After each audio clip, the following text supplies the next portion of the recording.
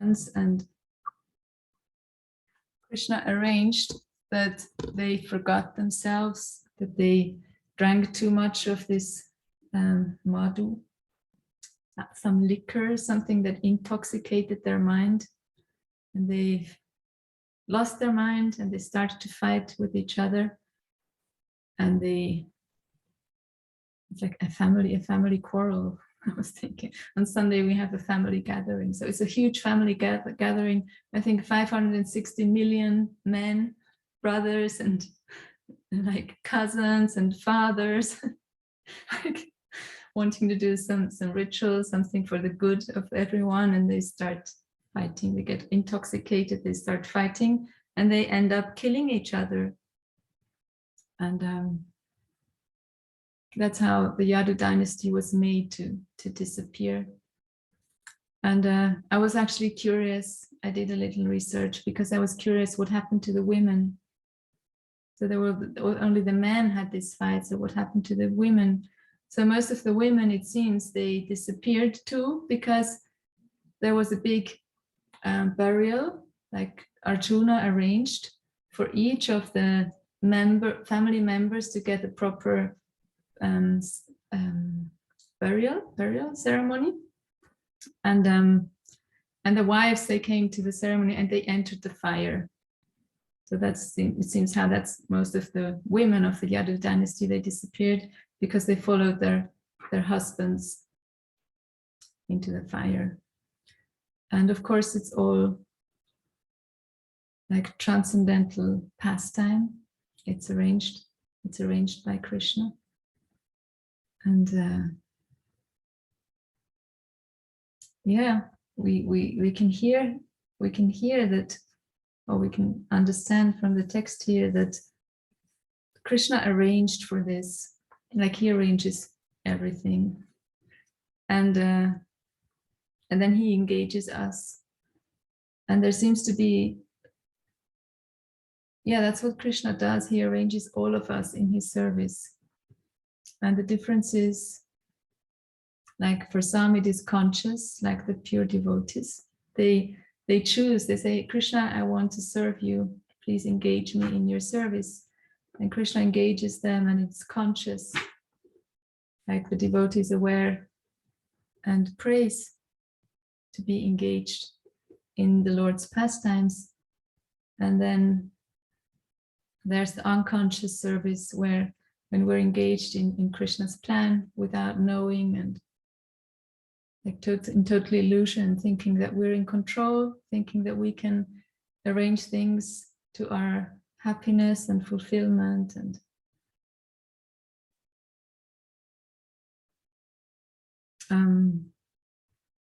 And actually what stood out for me, like two themes came to me reading the purport. And I read it this morning, and I went for a japa walk, and I thought, what am I going to say? What can I say about this text and about this purport? And then two things came to me. That one is that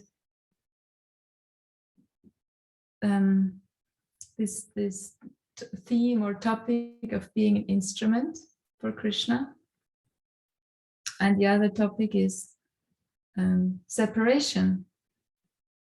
Separation, that's what came to me as a topic, and it's something that I meditate on a lot, and it's something that I had some experiences this week which seem to connect with this theme of separation. So first, I want to speak about being an instrument. And Srila Prabhupada, he writes in the purport, the devotees and associates of the Lord are completely surrendered souls. Thus they are transcendental instruments in the hand of the Lord, and can be used in any way the Lord desires. The pure devotee also enjoys such pastimes of the Lord because they want to see him happy. So being an instrument, and being an instrument by choice or being an instrument by force.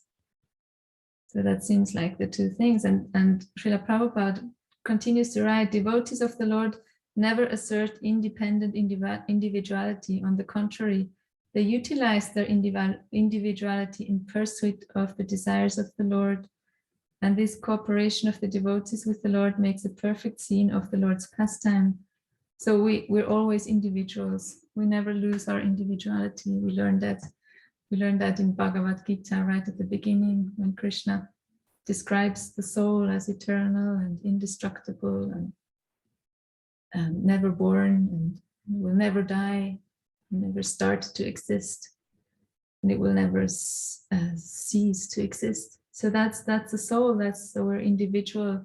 Always, we have always been and will always be. And that's the truth about the soul. And when as us who are here in the material world, we want to be independent. That's why we're here. We want to be independent and create our own life and play God in some ways or in many ways.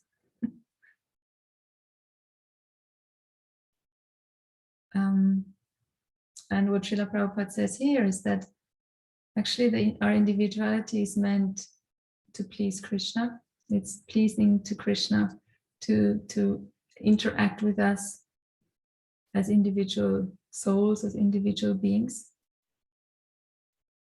And we're then like not trying to be independent, but rather we accept our dependency on Krishna. We are all dependent on Krishna, and to think that we're independent is an illusion. It's not true, because Krishna is he engages us anyway in his service.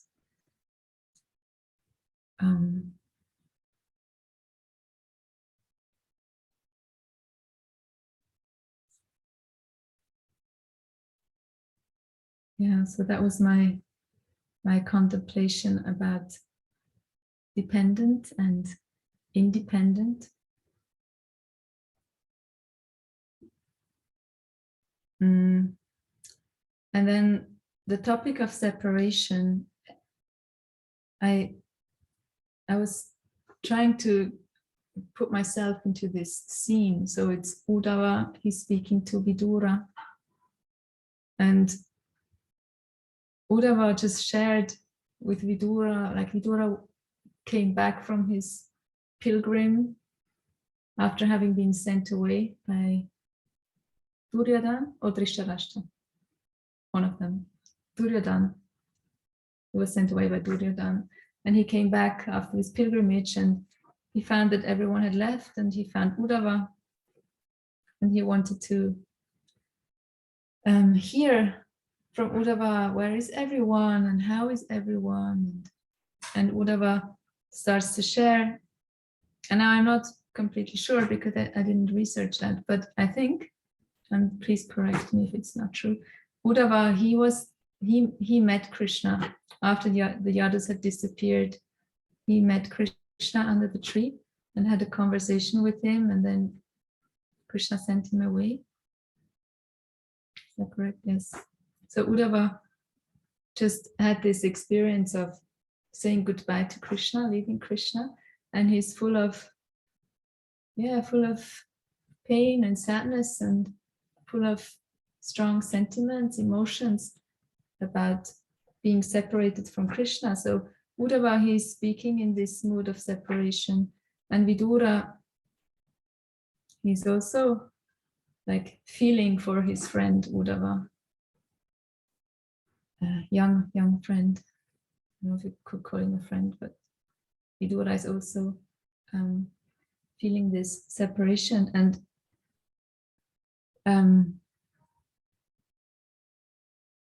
it got me thinking on separation. What is this? It's when I think of my life, and when we look at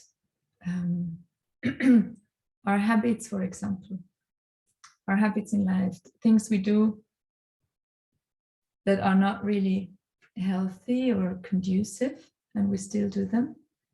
What is the root cause of this? And my understanding is that we're not able to, or not willing or not able to, or both, to tolerate this feeling of voidness and separation inside. It's so painful, being separated from Krishna, being separated from who we are as servants of Krishna and engaging in the service to Krishna, that this pain, it's not like, as long as it's not conscious, we just want to numb it.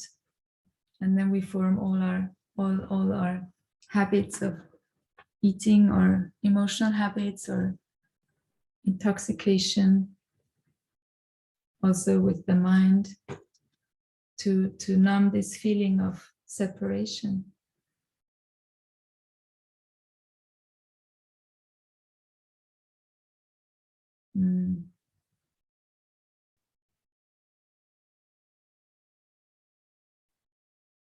I jumped too early to separation. I also wanted to share something else about the instrument, but I'll go back to that later. So separation from Krishna as like the root of all our numbing and survival strategies. And then it seems also here there is a form of separation which is like weakening. Weak makes us weak, or we lose power in that separation. And then there's a form of separation which empowers us, gives us energy. Like there seems like a type of separation. Maybe we can call it a grungy separation feeling, where we go to despair and depression and numbness, and kind of creating even more separation from ourselves and from Krishna. And then there's the other feeling of separation, which gives us motivation and energy to find ways to connect with the self and to connect with Krishna. And I was just having so many thoughts around this separation topic, because yesterday, like once a week, I go to the kindergarten and I teach the kids German. Like those who don't speak German well, I practice German with them. So it's a kindergarten, it's a big building, and there are 3 groups with like 3 groups of children aged like 4 or 5, maybe some are already 6. And they come early in the morning at 8 a.m. and they stay until midday, 12. And I arrived there, and I heard in another group there was a child crying because it didn't want to go to kindergarten. It didn't want to leave the mother. And I could feel the pain of this child, like this deep sadness and fear of being separated from the mother and being separated from home. And I was like catapulted back into my own childhood, because I didn't want to go to kindergarten or to school. And I would cry, and my parents would they would drag me to kindergarten. And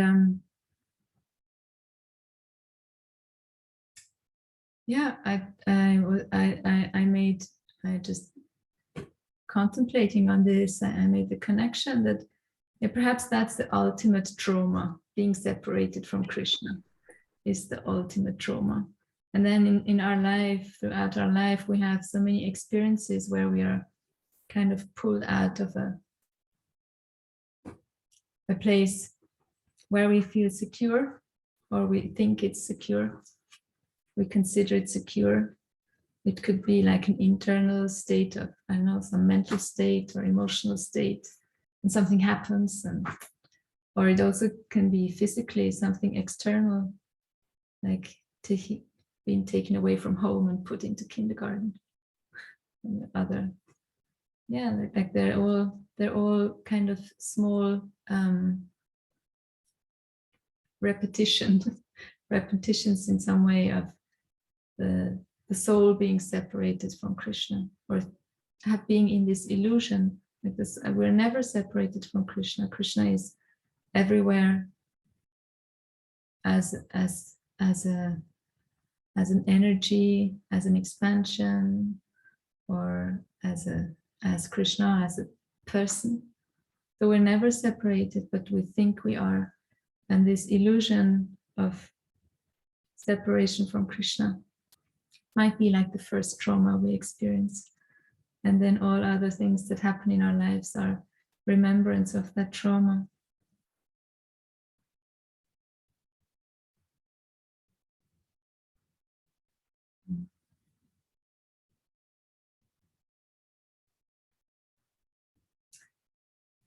And I didn't listen to, I don't know who gave class on the last verse, but I read the verse in the purport. And what I understood from there is that, so Krishna, he comes to like relieve the earth of the burden of evil. So evil persons, or like the burden of, I think Srila Prabhupada calls it the burden of the beast. So that's what happened during the war at Kurukshetra. So the demons, the bad, the bad persons, they all got killed, and the earth was relieved of the burden of the beast. And then he speaks about that there's another type of burden, and that's the burden of love. And that's why he arranged for the Yadu dynasty to leave the earth, because they were a burden of love for earth. And I was curious about that, and maybe there's a recording of the class, and maybe you discussed about that. Yeah, how can love be a burden? How can love be a burden? And Srila Prabhupada writes in the second last sentence that when he referred to the unbearable heaviness on the earth in connection with the Yadu dynasty, he was referring to the burden of their separation. So again, we have separation, which I thought was interesting, and I don't know what to say about it because I don't understand it.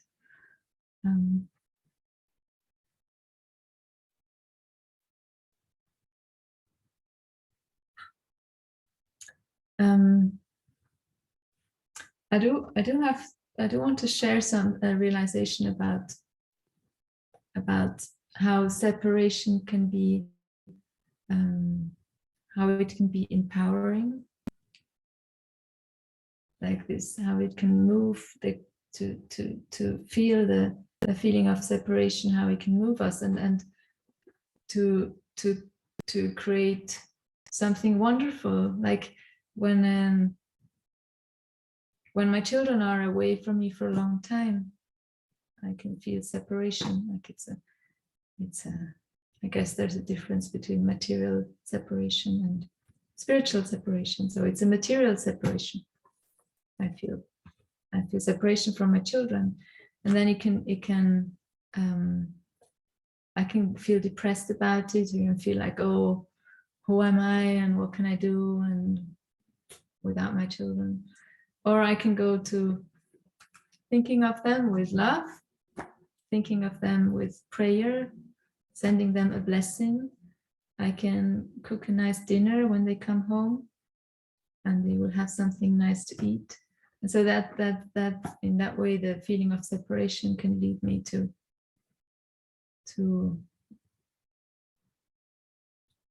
to think of the children more and to act in ways that please them. And in the same way,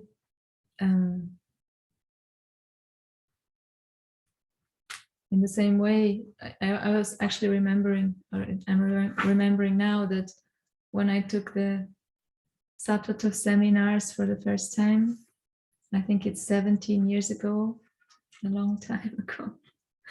And I just loved the atmosphere of the seminar. And the most painful part for me was when the seminar was over and everyone went home. And I had to go home too. I had to leave this place. And it was painful for me. And then a few months later, Malini came to Germany and I met her, and then she came to Switzerland, and we had a conversation. I said, I want to be involved in this Sattva seminars, but I'm not going to move to Florida. It's like, what? I'm here in Switzerland. And then you suggested to me, you could give seminars too. You could give workshops, and we can be connected in that way. And you can be in that energy of the Sattva seminars, and you can be connected to Dear Govinda and to me. And that's that. So that's, and I thought, wow, my motivation to start giving seminars was also separation, being separation. And it moved me to give seminars and feel connection not only to Dear Govinda and Malini, but to Srila Prabhupada and the teachings of Srila Prabhupada.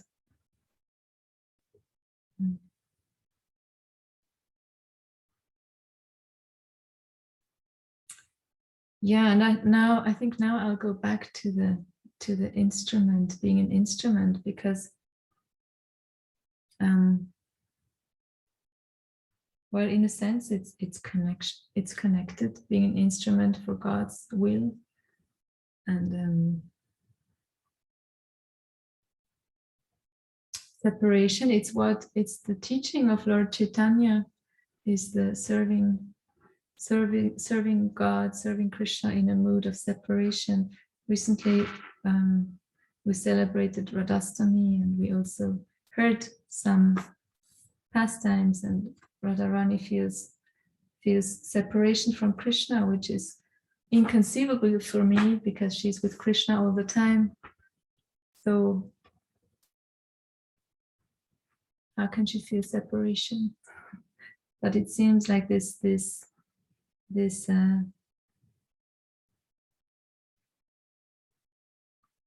mood. We also heard that actually what moves the whole universe, what moves the whole creation is Radharani. So the mood of love, of service and separation, it's what moves the universe, and it's what moves our life, either consciously or unconsciously. And we can choose to be an instrument, a conscious instrument for Krishna's will, for his plan, or we can just be used as an instrument unconsciously, which I understand or interpret. That's the painful position, when we're engaged as instruments unconsciously, and because then we're forced to act under the laws of nature. And that's, the laws of nature are also Krishna's energy. It's Krishna's creation and arrangement. And that's painful. And when we choose our dependence on Krishna and become an instrument for his will, that's where we feel joy. And there's so many examples of being an instrument. In fact, it seems all the saints in all traditions, that's what they teach. That's what they teach us, to become an instrument of God's will. And one of my favorite prayers that I want to read is the prayer by St. Francis. And I have a beautiful book about it, about this prayer. It's written by Leonardo Boff. I think originally it's in Italian or maybe in Spanish. And it's like a purport on the prayer. And I'll read the prayer, and then I want to say a few things from the book. So the prayer goes like this. St. Francis is praying to Lord Jesus, and he's saying, Lord, make me an instrument of your peace. Where there is hatred, let me sow love. Where there is injury, pardon. Where there is doubt, faith. Where there is despair, hope. Where there is darkness, light. And where there is sadness, joy. O Divine Master, grant that I may not so much seek to be consoled as to console, to be understood as to understand, to be loved as to love. For it is in giving that we receive, it is in pardoning that we are pardoned, and it is in dying that we are born to eternal life. Amen. So that's the prayer. So Lord St. Francis, he prays to Lord Jesus, make me an instrument of thy peace. And Leonardo Boff, he then chooses each line of the prayer, and he speaks about, like in the context of Lord Jesus' teachings, how can we understand these verses? And he starts with describing, giving a perspective, what it means to be an instrument of God's peace, of the Lord's peace. And he speaks about how when we're just interested for our own well-being, and we have an idea like, okay, so when things outside are a certain way, how I want them, then I can be peaceful. Then there will be peace. And he says that that's the way to never find peace, because externals are never going to be how we want them to be, because we're not the controllers. Just as long as we think we're the controllers, we think we can arrange the things outside in a way so that we can feel peaceful. And he's saying that actually the way to peace is, and it's what Bhagavad Gita says too, the way to peace is that we find peace in our heart, and that we make peace with all the things that we consider wrong, that we make peace with the whole of creation, meaning all the beautiful things and all the all the beauty, and also with all the pain and all the suffering, and that we can only create peace externally if everyone internally comes to this peace. So he's saying that that's why St. Francis prays, make me an instrument of thy peace. He's not saying make me an instrument of my peace, because that's not going to work out. There's never going to be peace. But we can become instruments of Krishna's peace, of the Lord's peace. And that means accepting, coming to a place of acceptance of everything in this creation. Coming to peace with birth, death, old age, disease. Coming to peace with wars and hunger. Coming to peace with abuse. Coming to peace with earthquakes and coronaviruses. Coming to peace with everything, and coming to peace, in my understanding, is not that I agree or that I think, it's a good thing. Coming to peace is like accepting it and seeing that it's part of creation, it's all part of Krishna's great big plan to attract every soul, every conditioned soul back, to attract them to go back to him, to turn to him, and start to desire to come to spiritual consciousness again. So that's one example where we find a saint praying to become an instrument of the Lord, to become an instrument of God's plan. And then also, like, we can go to Lord Chaitanya, to Chaitanya Charitamrita. And Chaitanya Charitamrita was written by Krishna Das Kaviraj Goswami. And Krishna Das Kaviraj Goswami, he was very old, and he could hardly walk or move, and he couldn't see well. And he was ordered by Lord Nityananda to go to Vrindavan. And then the devotees in Vrindavan, they wanted Krishna Das Kaviraj Goswami to write Chaitanya Charitamrita, to write down pastimes of Lord Chaitanya. And Krishna Das Kaviraj, he didn't feel at all qualified or like healthy or strong enough to do that. But he was ready to surrender, and he was willing.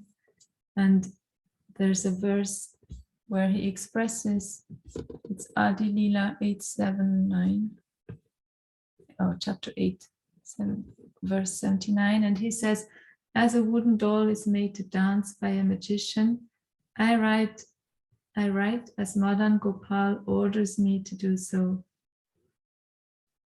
So he's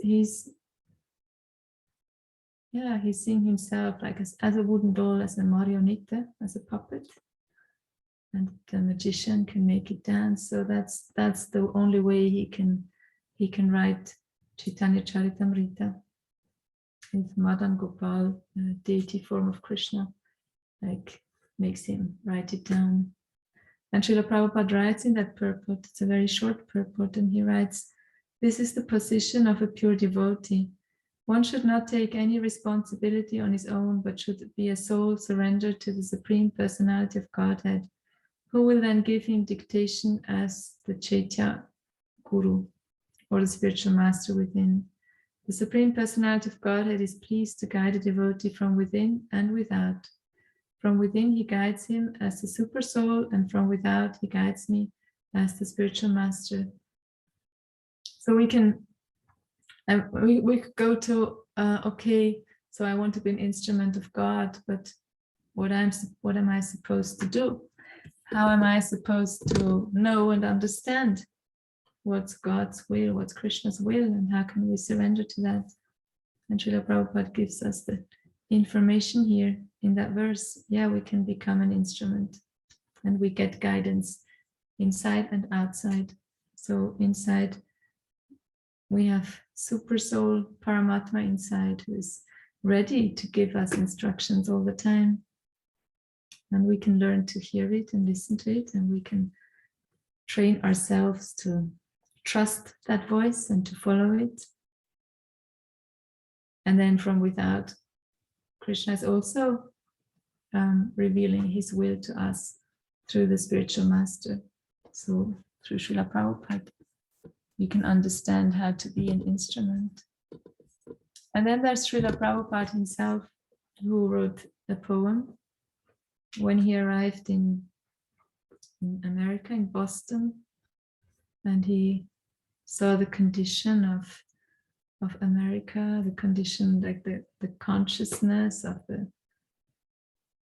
people there, and he wrote a famous poem. And also in that poem, he prays to be a puppet. And I would like to read the poem because I find it very beautiful. So Srila Prabhupada writes in this poem, my dear Lord Krishna, you are so kind upon this useless soul, but I do not know why you have brought me here. Now you can do whatever you like with me. But I guess you have some business here. Otherwise, why would you bring me to this terrible place? Most of the population here is covered by the material modes of ignorance and passion. Absorbed in material life, they think themselves very happy and satisfied, and therefore they have no taste for the transcendental message of Vasudeva. I do not know how they will be able to understand it.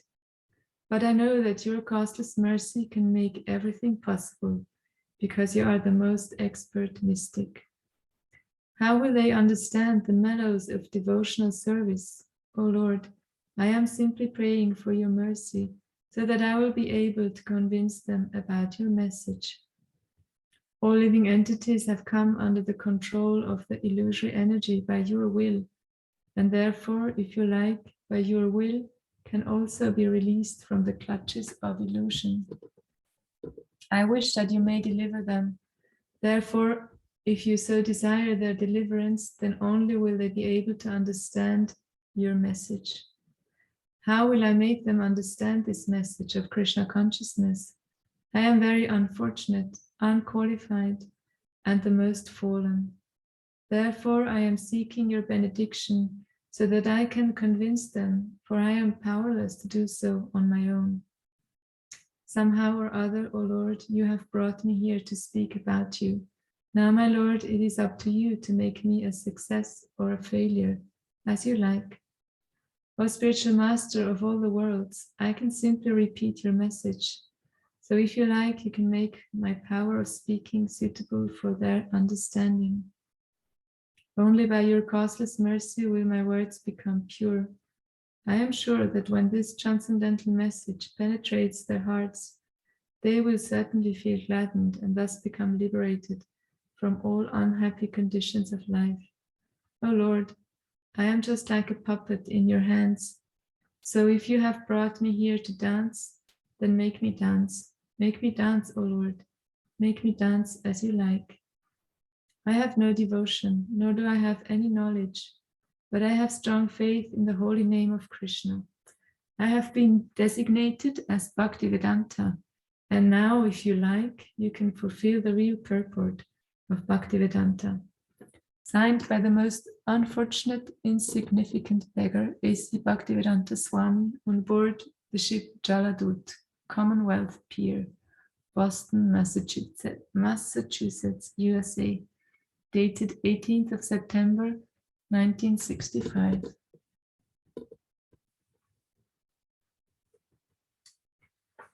Hare Krishna.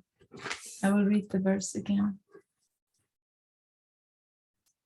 When they quarrel amongst themselves, influenced by intoxication, with their eyes red like copper because of drinking madhu, then only will they disappear. Otherwise, it will not be possible.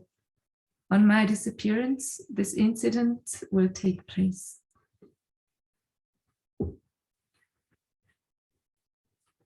So I want to invite you to ask questions or share realizations or add to what I shared or correct if I misrepresented something. Hare Krishna, Anandini. Thank you so much for class. Hare Krishna. Yeah, I love the connection of making an instrument of your peace and the separation. And so when you were sharing and reading St. Francis' poem, and it connected to me, like in the Catholic Church, during the midway of the program, there's a place in where you get to turn to your neighbor and those around you in the pews and say, peace be with you.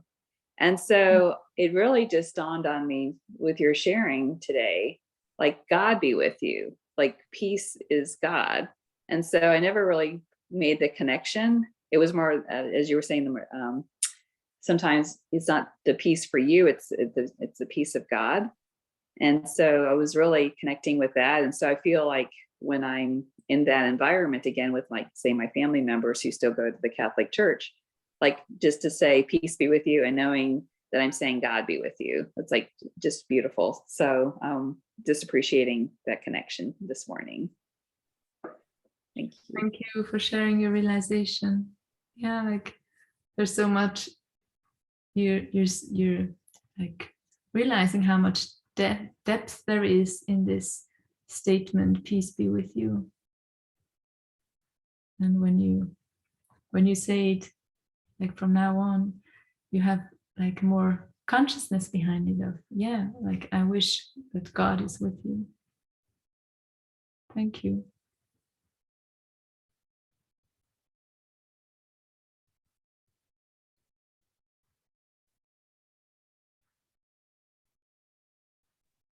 Thank you for your class, Anandini.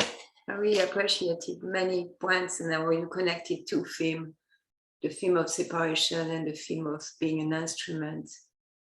And I was looking at auspicious and inauspicious, because what you read kind of is in, like, from a material point of view, intoxication, killing each other, killing brother and sister, brothers, and it sounds very inauspicious. And at the same time, in the purport, Srila Prabhupada said a sentence that really jumped at me, is that the pure devotees also enjoy such a pastime of the Lord because they want to see him happy. And so I was imagining being intoxicated. Not that I'm not a pure devotee, but I'm just was putting myself in their shoes. They are intoxicated and they kill each other with bamboo stick, like little stick. I don't know if it was bamboo, but sticks. And it's bloody, sin. And still, because they know it's a pastime of the Lord, then they fully enjoy the pastime of the Lord. And I was thinking, okay, how do we relate that, or how do I relate that? How we relate that to our life? Because like sometime we may be put in situation where it sounds inauspicious or it sounds auspicious, but Lord Chaitanya say auspicious, inauspicious, it's all the same. It's like wet stool, dry stool, it's all stool anyway. And so to like as an instrument of the Lord, we may sometime maybe do say or things like that according to our own morality or our own standard is not appropriate. Like it's not appropriate for family members to kill each other. And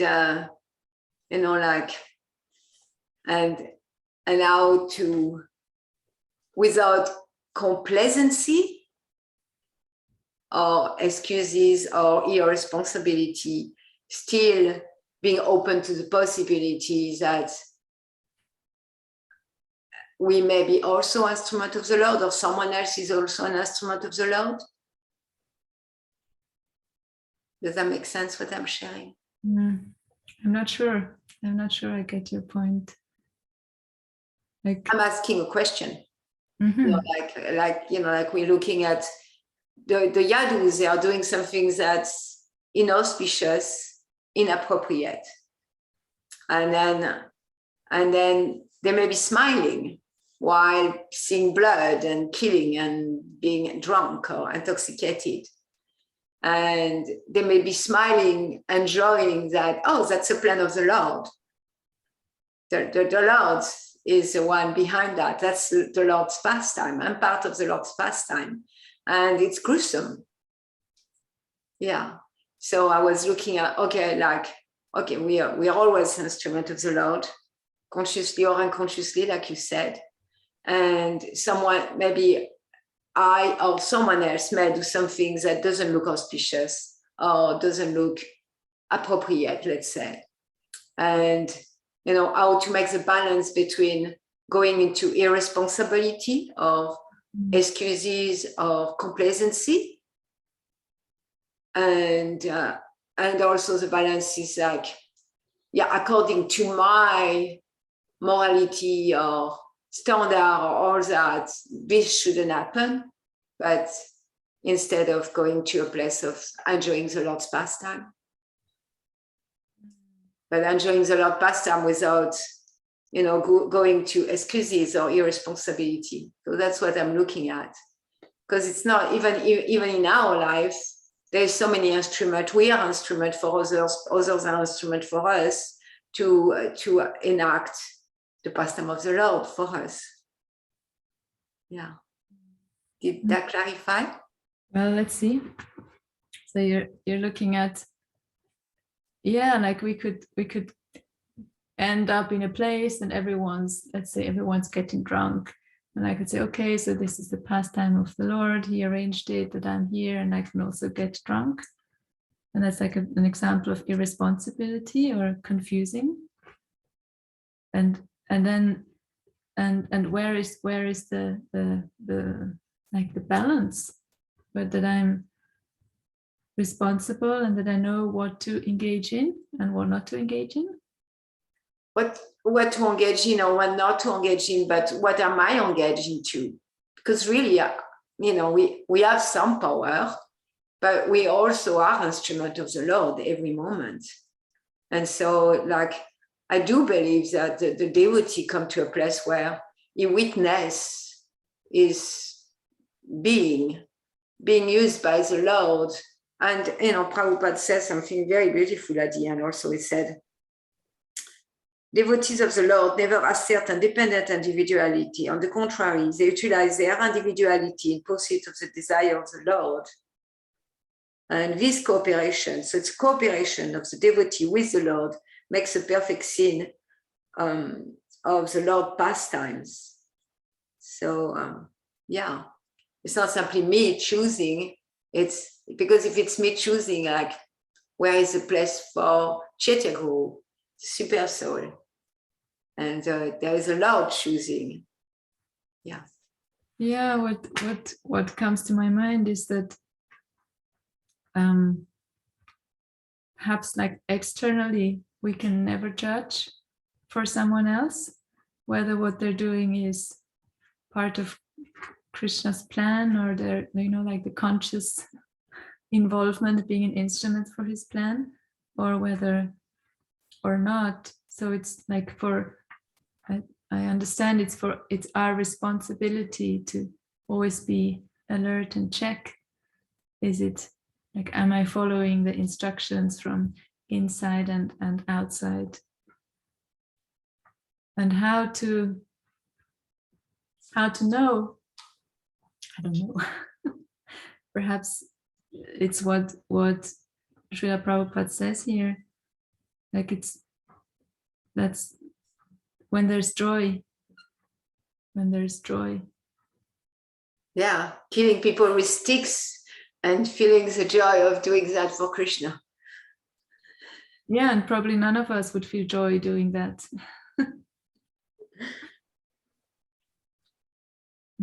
But yeah. I think there's, okay, so the whole material energy, the whole material world, this is Krishna's pastime, Vishnu's pastime.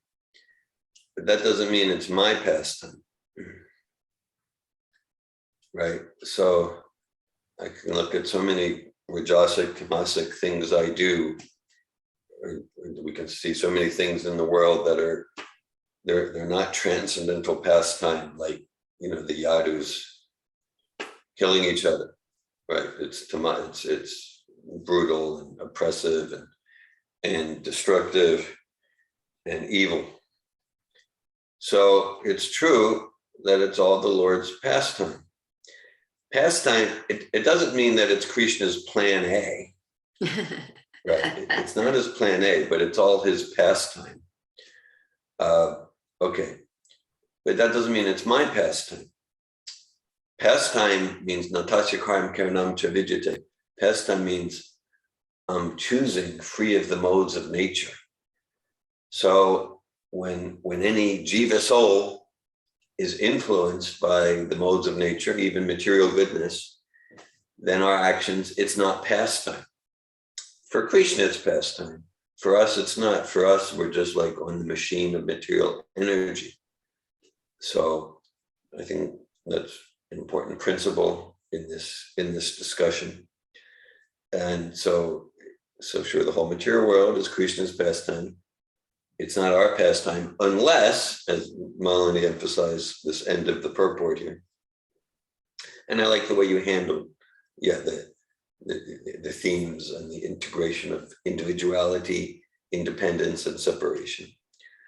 So, okay, so I'll read that again. Devotees of the Lord never assert independent individuality. Okay, so just reading that, it's towards the end of the purport. Devotees of the Lord never assert independent individuality. So just reading that, we can think, oh yeah, if you're a Hare Krishna, you lose your individuality, you lose your personality. Like, let's get common misconception. But then Prabhupada elaborates. On the contrary, the devotees, they utilize their individuality in pursuit of the desires of the Lord. And this cooperation of the devotees of the Lord makes a perfect scene of the Lord's pastimes. So when we, the Jiva souls, when we choose to use our distinctive personality, you quoted the Natreva Hamjatuna Sam verse, when we choose to use our individuality and our independence in pursuit of the Lord's desires, then it's our pastime too. And when we're trying to assert our independent individuality, then it's not our pastime. So we could just have some drunken brawl. Probably use that term, brawling. It could just be some drunken brawl or just some petty argument. And it's like, no, this isn't pastime, right? This isn't pastime. Sure, for Krishna, the whole material energy is pastime. So pastime is when our desire is completely aligned with Krishna's desire. And we know Krishna's desire through our current link to the Parampara, Srila Prabhupada. Yeah. So that principle comes to mind here. It reminds me of the principle, choose what you have.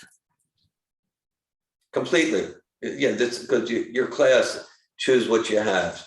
Some shastra we often use to illustrate that is the Om Purnam, right? The invocation of Ishopanishad.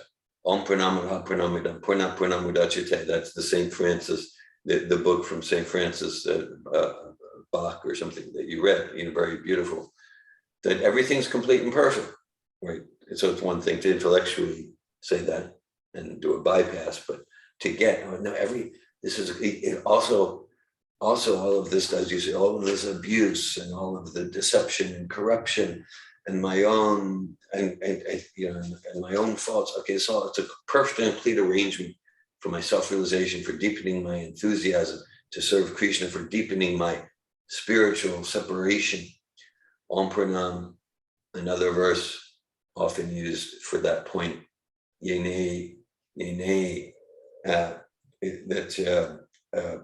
Tatenu Kampam Susamikshimana Bunjana Evatma Kritan Vipakam Vidbhagvapur Virgitadhanamaste Jivitya Mukti Padesa Dayaba. It's Lord Brahma speaking in the 10th canto, saying, oh, Krishna, for the devotees, especially when things go wrong, they just deepen their enthusiasm to serve you, and that's liberation. Hare Krishna. Thank you, dear Govinda. Ladini Shakti, you have your hand raised. Yes, Hare Krishna. Thank you for your class, Anandini. I feel very soothed by your words. Something very pacifying about how you shared. I can definitely relate to enjoy killing relatives, at least some of them. Anyhow. And there's also the question that Malini raised, and I was already a lot responded, that came when we were reading the Version Report. And it really came up for me how we cannot judge by the externals.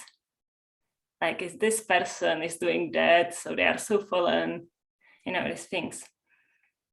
And I want to share my experience. I was just contemplating that with my anger. So 10 years ago, I thought I don't have any anger. I don't understand why people do have anger. I don't have any anger. And then 5 years ago, I had a lot of anger, like really screaming, cursing, hitting walls, or even sometimes persons. So, and I really like hated myself for it.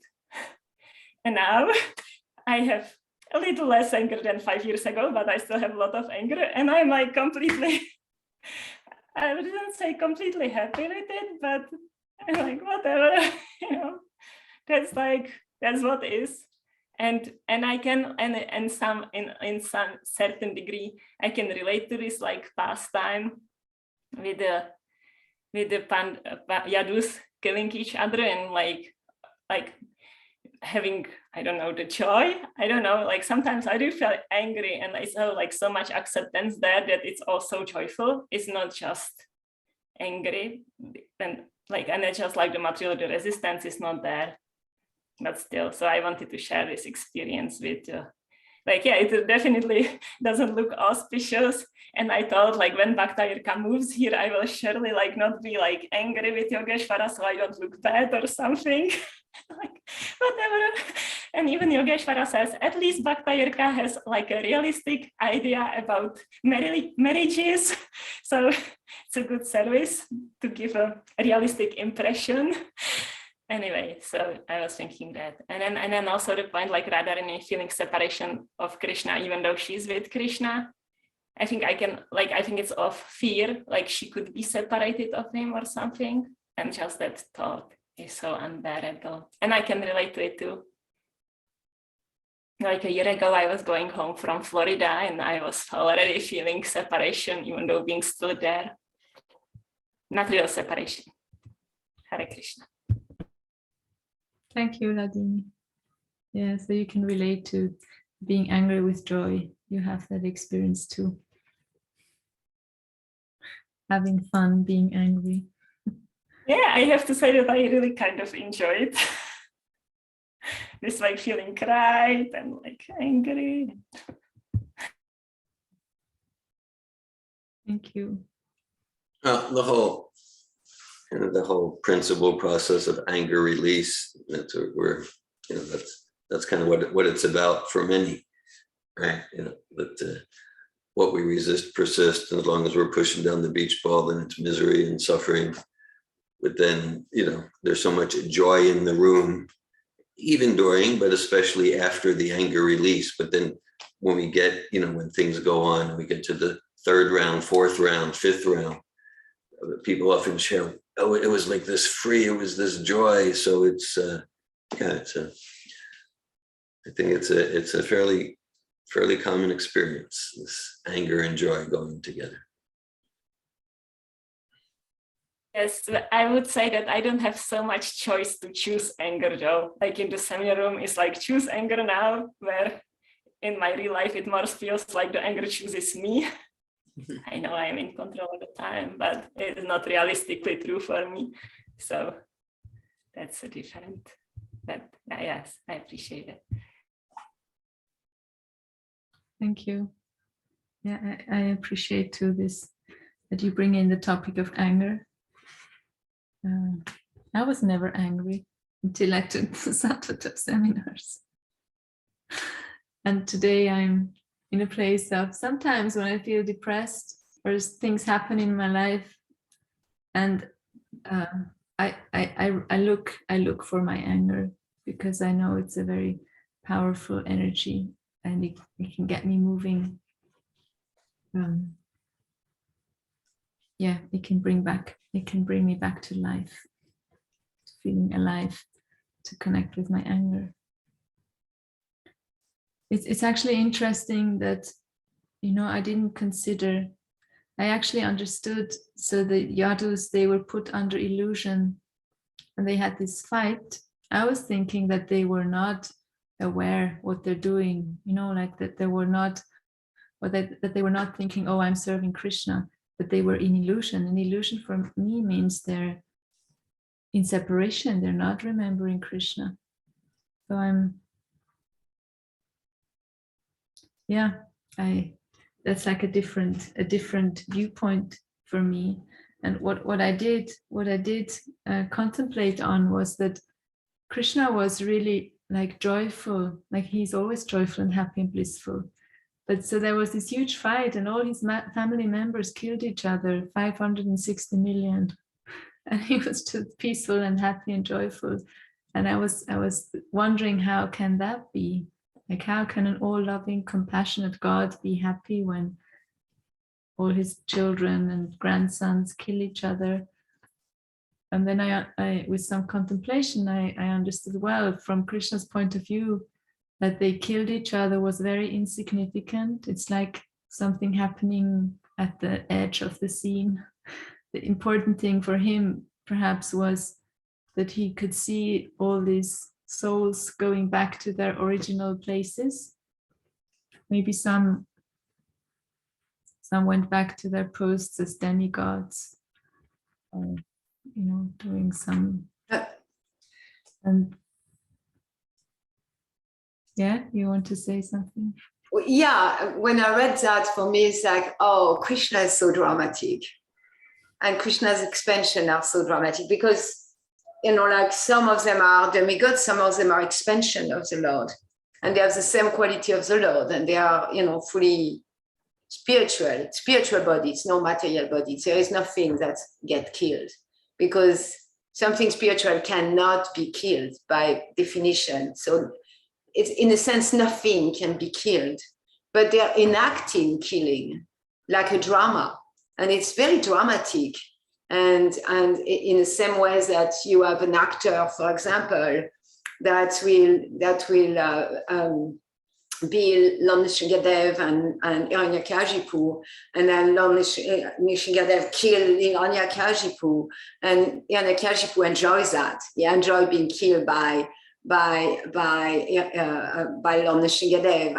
The player enjoys that. So in the same ways, because they are spiritual, they are not material. Nothing spiritual can be killed, and Prabhupada explained that in a purport, that nothing material could kill them because they are not material. So in a sense, nothing is being killed because killing is a material concept only.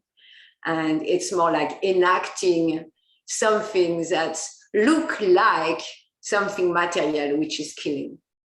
And so it's just, when I read that, Krishna is so dramatic, he's dramatic with the creation, the Purusha avatar, he's dramatic in his childhood, it's just so much drama. And that's, I think that's how it is pastimes, because they're just enacting. Prabhupada often takes that example. It's like enacting like an actor. Like Krishna also enact his own departure because he cannot be killed either. Mm. Yeah, thanks for that. Yeah, and Prabhupada gives a direct comparison with Arjuna. Right? We're more familiar with the Arjuna pastime in Bhagavad Gita than with the Yadus and the disappearance of the Yadus. But yeah, so like Arjuna there in the first chapter throughout the Gita. So especially at the beginning, he's in illusion. He's in illusion. So when he's in illusion, is he knowing that he's serving Krishna because this is all a play? I'm like, this. I don't have realization about this, but like, Arjuna is an illusion, and it is created by Krishna. What's happening inside Arjuna, and at what layer does he know this is all a play? This is all we're actors on a stage. At what point is he like, no, he's really scared and confused, like. This gets into the spiritual psychology of Arjuna or the Yadus. I don't claim to have realization, about that. I have more realization than I had 40 years ago. When I first picked up Bhagavad Gita, we get into it, and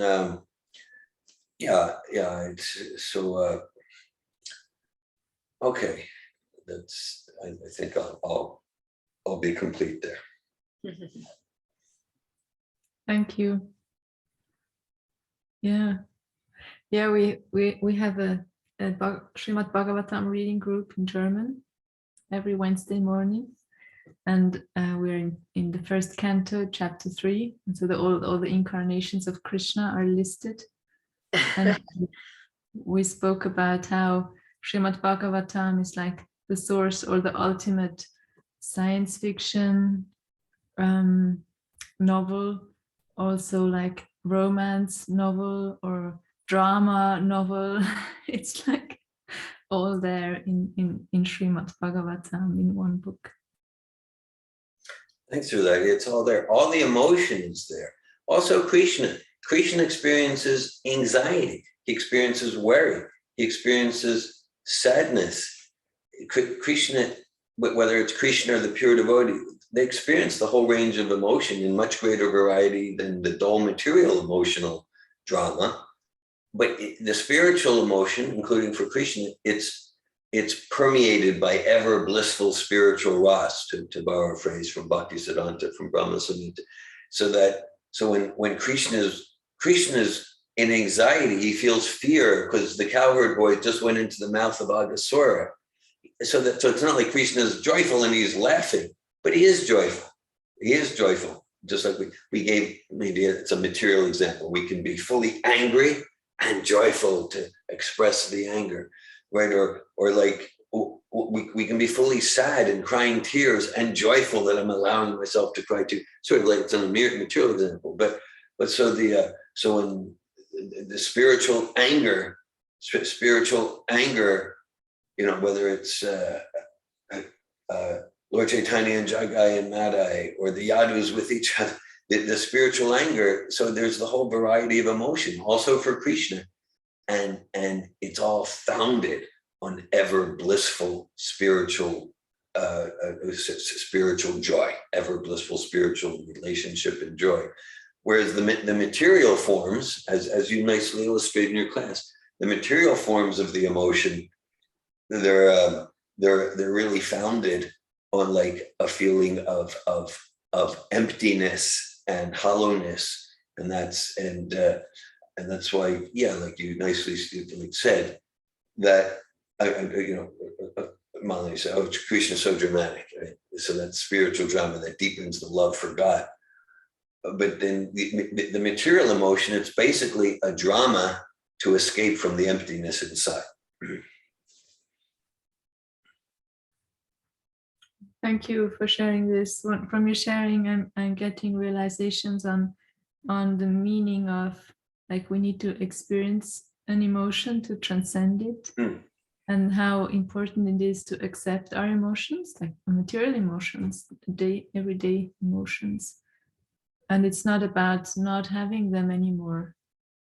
It's not about not getting angry anymore, or not being envious, or not being jealous, or not feeling shame. It's about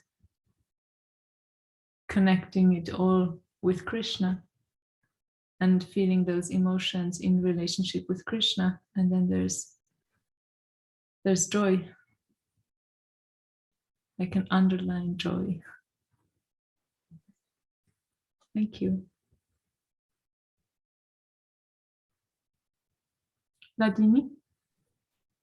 Krishna, I just want to say that what comes to me from this sharing is like how there is really no duality in the spiritual world.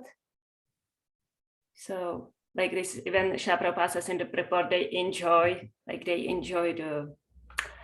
even these pastimes, they enjoy. So I'm thinking maybe it doesn't even necessarily mean that they like feel like anger, killing, fear, while also feeling joy. It's just that there is like so much non-duality between those emotions that it's like a natural non-duality, which I really have no realizations of. But what do you mean by non-duality between the no, because like when Diragovinda Prabhu was sharing, I thought like, yeah, that's the non-duality. And then when I think of like, okay, they were fighting and killing each other and feeling anger, then all the while simultaneously they were also experiencing joy.